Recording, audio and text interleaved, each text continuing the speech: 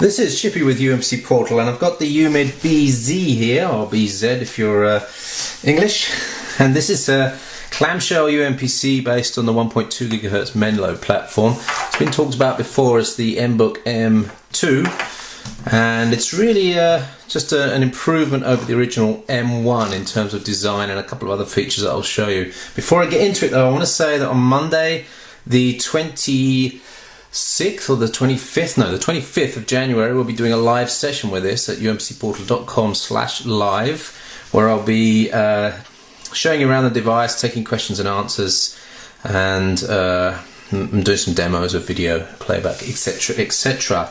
But here's a quick run around the device for you anyway.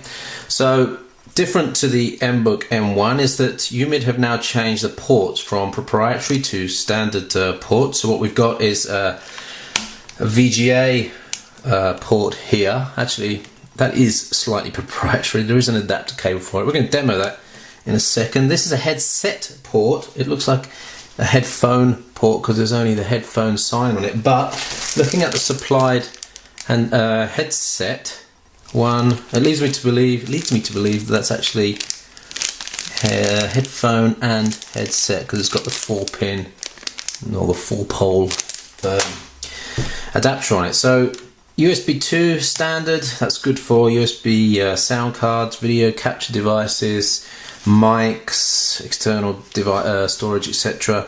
7.5 volt DC in, Kensington lock port. The battery runs across the back, and it's actually quite a well designed battery at the back there. It doesn't stick out too far, but it provides decent capacity for at least 4 hours, and I'm seeing probably about 5 hours of average use on this.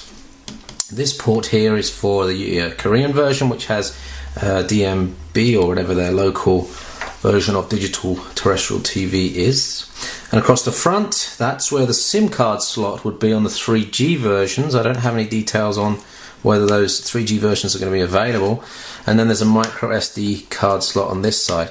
Mic input here, so that you can actually use this as a pretty good Skype device. It's got a 0.3 megapixel webcam. That's good enough for Skype, and in fact sometimes the 0.3 is slightly more efficient than 1.3, and you get a better frame rate. This is a recessed optical mouse button. That wasn't on the M1, so that helps you to use the device in this kind of fashion, two-handed. It's very much a two-handed device, this. Optical mouse with the mouse pointer, the mouse buttons on the left-hand side there. Mono speaker there. Going around the device, then you've got a mechanical keyboard. It's just not a click type keyboard, so it's actually not as good as some other devices I've used for thumb typing. It's kind of touch typing style mechanics in a thumb typing device, which not optimal, but you can certainly get used to this, and it's can get pretty fast if you practice. Power button, Wi-Fi and Bluetooth on off. They can be switched on and off separately. Couple of indicator buttons there. So this has been in hibernation. One of the great things about clamshell devices, you just close them up and they go into standby, and if you've got the power settings configured correctly, they'll pop into hibernation. So what I want to demo very quickly is this coming out of hibernation, because one of the well, they'll call it a feature now. One of the features of this is that it's only got 512 megs of RAM, and it runs XP Home. That's actually not too bad for, you know, a handful of apps or a handful of tabs. One of the great advantages is that it comes out of hibernation pretty quickly. So once we get through the BIOS, you'll see that zip through. There we go, zipping through the load, and coming out of hibernation is done. Oh, that was the mouse pointer. Just waiting for the screen to come back. There we go. So that's like a 10-second or 15-second hibernation. So way better than sort of smart boot, because you're straight into a situation there where everything's up running, and if you had the Wi-Fi connected before, it wouldn't take too long for it to be reconnected. So I like that feature. That's quite nice. 1224x600 screen on that, and as I said, Windows XP. But let's quickly see if we can demo this VGA cable. I haven't tried this yet, but it's going to be an interesting demo because I've got an HD screen here in front of me.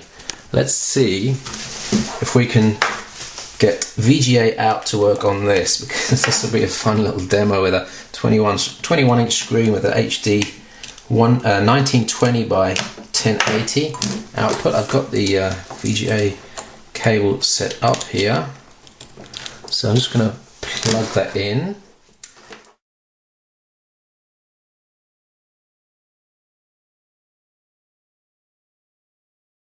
Device has hung. No, it hasn't. It was just pausing for some reason. So let's go to graphics options, output to monitor. Let's see if that works.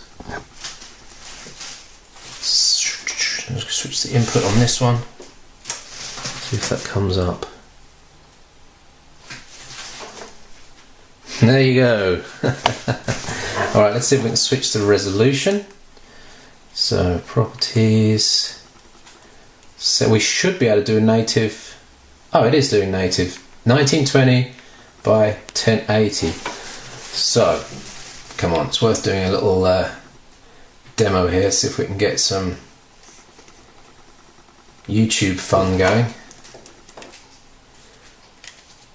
This will handle 380p and 480p videos pretty well, but don't expect an HD experience out of this at all. In theory, the Flash 10.1 might work with this platform because this has got HD hardware decoding in it. So let's see if we can go to full screen. Okay, so on the big 1920 by 1080 screen, the performance isn't that good. So in windowed mode, that's fine, no problems there.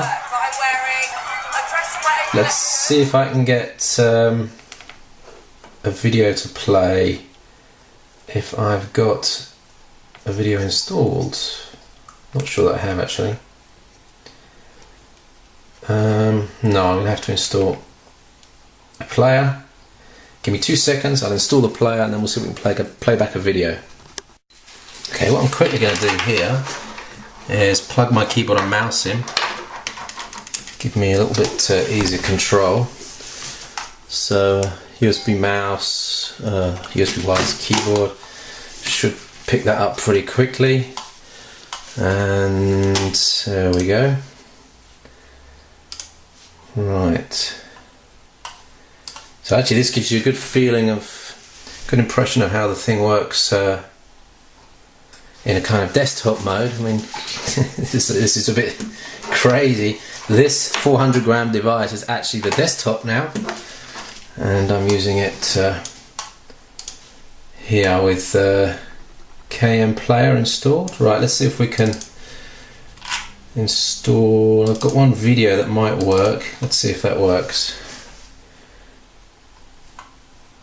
KM Player is just installed. That's a very small one. That's a shame. Oh, very, very small video.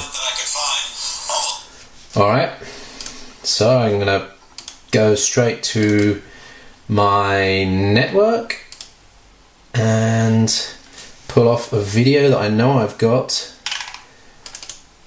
somewhere on my network.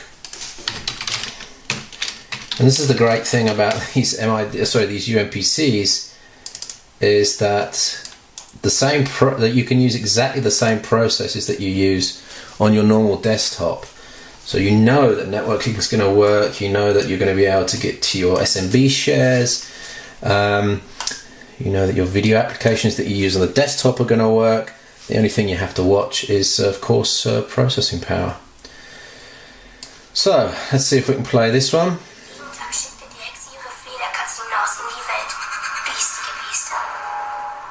That's a fairly low res one.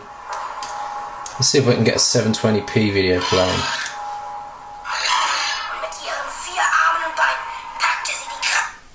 Turn. Delete that one, that was a pretty poor quality one. So this should be a 720p I think of around 2 megabits per second. See if it works. Okay, not super smooth. I'm not sure whether it's using CPU or whether it's using DXVA. If we have a look at the performance, let's try it full screen.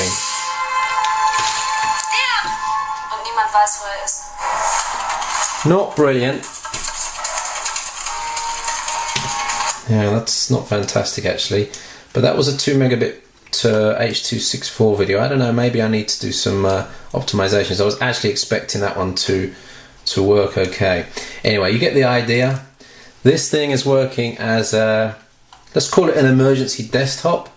Certainly web seems to be working without any problems at all, and actually page load times are pretty quick. I'm on Wi-Fi here over a local connection, a couple of walls away, but there's Engadget fully loaded and looking pretty good with flash as well.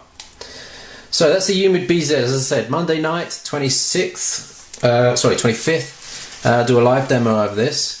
You can actually get these from, I think dynamism.com are the only places that have these for pre-order outside South Korea at the moment, so check them out. 549, including that VGA adapter. Alright, that's enough for now. This is Steve Payne, Chippy from UMC Portal with the UMID BZ. Thanks for watching.